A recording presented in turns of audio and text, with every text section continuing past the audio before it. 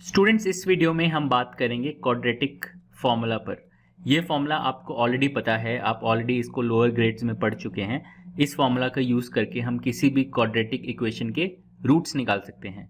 अब इस वीडियो में मैं ये बात करूंगा कि ये फॉर्मूला क्यों काम करता है, why does this formula work, इस फॉर्मूला का प्रूफ क्या है, इस फॉर्मूला का जस्टिफिकेशन क्या है, ये हम इस वीडियो में डिस्कस करेंगे।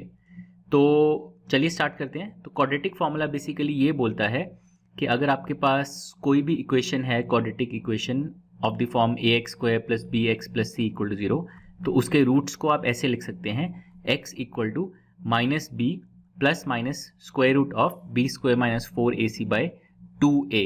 तो ये जो एक्सप्रेशन है x का, इसको हम बोलते हैं क्वाड्रेटिक फॉर्मूला। और इस वीडियो में अब हम ये डिस्कस करेंगे कि कैसे हम technique of completing the square use करके हम इस फॉर्मूला को निकाल सकते हैं। ठीक है, तो ये हमारा एजेंडा है इस वीडियो का।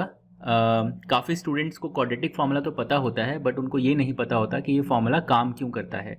But I hope that after watching this video आपको ये क्लियर हो जाएगा, क्योंकि ये ज़रूरी है आपको ये क्लियर हो, क्योंकि प्रॉब्लम सॉल्विंग में ये बहुत हेल्प करेगा। तो चलिए अब हम डिस्कशन स्टार्ट करते हैं।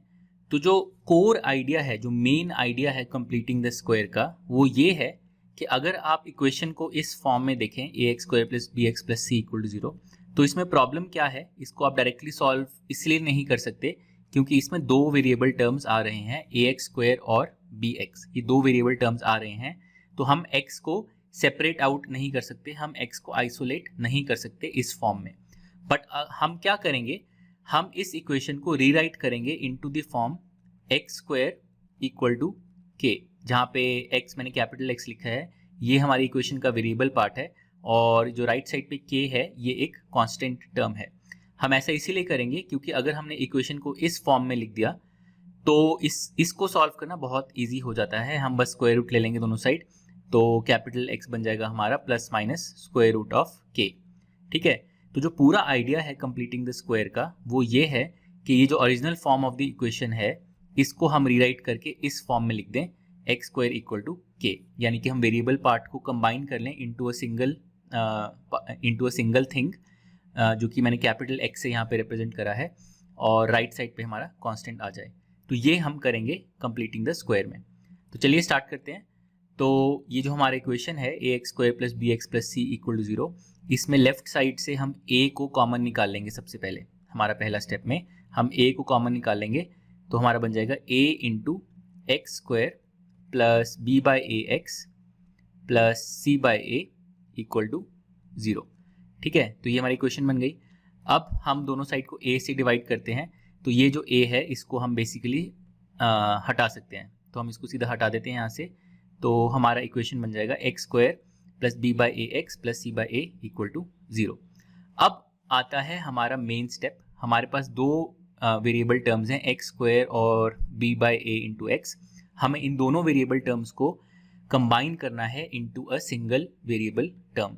तो उसके लिए हम क्या करेंगे, हम एक नया टर्म इंट्रोड्यूस करेंगे, और वो मैं आपको दिखाता हूँ वो क्या होगा। तो हम ये जो plus c by a equal to 0 है, इस पार्ट को हम थोड़ा इधर कर लेते हैं, स्पेस बना लेते हैं, और अब हम अपना नया टर्म इंट्रोड्यूस करेंगे। वो नया टर्म है b बाई 2a का होल स्क्वायर। तो बेसिकली जो x का कोफिशिएंट है b बाई a, उसका हाफ कर दिया हमने, तो b बाई 2a हो गया, और उसका स्क्वायर कर दिया, तो b by 2a whole square, हमने ये नया टर्म इंट्रोड्यूस कर दिया।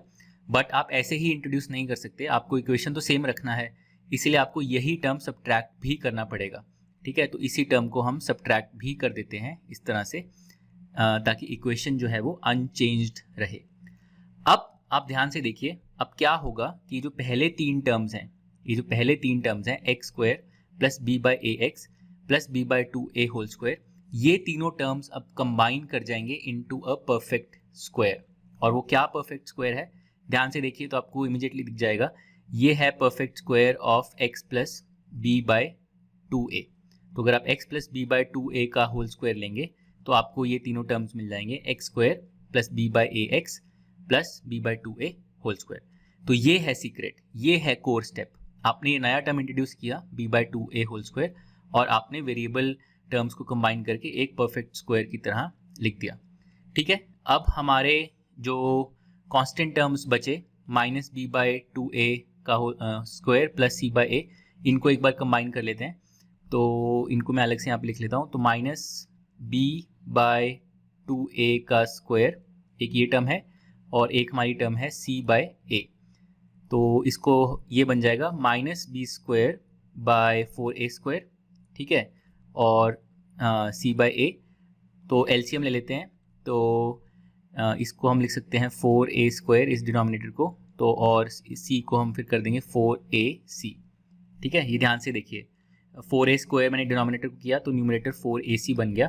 तो ये अब कंबाइन होके मैं इसको ऐसे लिख सकता हूँ, minus of b square minus four a सी।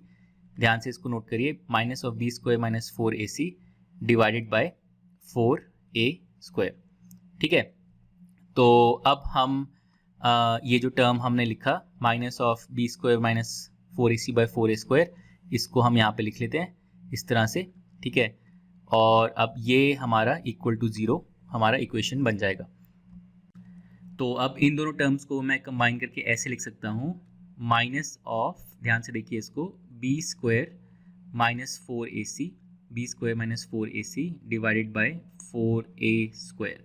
तो मैंने दोनों टर्म्स को कंबाइन कर दिया क्योंकि डिनोमिनेटर सेम था, और मैंने इसको इस तरह से लिख दिया, ठीक है। और अब हम बस क्या करते हैं, हम ये जो हमने टर्म लिखा इसको हम यहाँ पर अपनी इक्वेशन के साथ लिख देते हैं। तो ये हमारा बन जाएगा ये इक्वेशन इक्वल टू ज़ीरो, ठीक है। तो ये हमारी इक्वेशन का ऑल्टरनेट फॉर्म आ गया। तो फिर से मैं एक बार रिपीट कर देता हूँ, हमने जो ये नया टर्म इंट्रोड्यूस किया b by two a whole square, उससे ये जो स्क्वायर ये जो रेक्टेंगुलर बॉक्स में तीन टर्म्स हैं, x square plus b by a x plus b by two a whole square, ये कंबाइन होकर एक परफेक्ट स्क्वायर बन गए, x plus b by two a whole square, और कांस्टेंट टर्म्स को कंबाइन करके हमने ऐसे लिख दिया, ठीक है। अब हम ये जो कांस्टेंट टर्म है उसको मैं राइट साइड पे ले जा सकता हूँ, तो पॉजिटिव हो जाएगा ये। तो इसको मैं सीधा ऐसे लिख लेता हूँ, इक्वल टू, ठीक है, left hand side equal to b square minus four a c by four a square, और ये ज़ीरो को मैं हटा देता हूँ इस तरह से। अब अगर आप देखें तो ये जो आपका लेफ्ट हैंड साइड है, this is of the form capital x square, जहाँ पे कैपिटल एक्स एक वेरिएबल टर्म है, और राइट हैंड साइड आप देखिए तो राइट हैंड साइड एक कांस्टेंट टर्म है, ठीक है। तो अब हमने बेसिकली जो ओरिजिनल इक्वेशन थी हमारी, ये जो ओरिजिनल इक्वेशन थी, इसको हमने रीअरेंज करके लिख दिया in the form capital x square equal to k. और इसको सॉल्व करना बहुत ईजी है क्योंकि हम बस सिंपली अब स्क्वायर रूट ले सकते हैं दोनों साइड पे, और उससे हमें ऐसा सोल्यूशन मिल जाएगा, ठीक है। तो स्क्वायर रूट लेते हैं दोनों साइड पे, तो अब हमारा बन जाएगा x plus b by two a left side पे, और राइट साइड पे क्या आ जाएगा, राइट साइड पे आ जाएगा प्लस माइनस, और फिर न्यूमरेटर में आ जाएगा square root of b square minus four a c, और डिनोमिनेटर में क्या आ जाएगा, फोर ए स्क्वायर था तो स्क्वायर रूट लेंगे तो टू ए आ जाएगा। और अब हम फाइनली बस b बाई टू ए को राइट साइड पे मूव कर देते हैं, तो x हम आइसोलेट कर लेते हैं x को, तो हमें x मिल जाएगा। न्यूमरेटर में तो डिनोमिनेटर सेम है दोनों टर्म्स का, तो कंबाइन कर लेते हैं डिनोमिनेटर को, टू ए आ जाएगा डिनोमिनेटर में, न्यूमरेटर में आ जाएगा माइनस बी, जो ये वाला b था ये राइट साइड पे जाके माइनस बी हो जाएगा, और फिर आ जाएगा प्लस माइनस, और फिर square root of, square root के अंदर आ जाएगा b square minus four a c, ठीक है। और ये अगर आप एक्सप्रेशन देखें अब, तो ये एग्जैक्टली हमारा क्वाड्रेटिक फॉर्मूला है।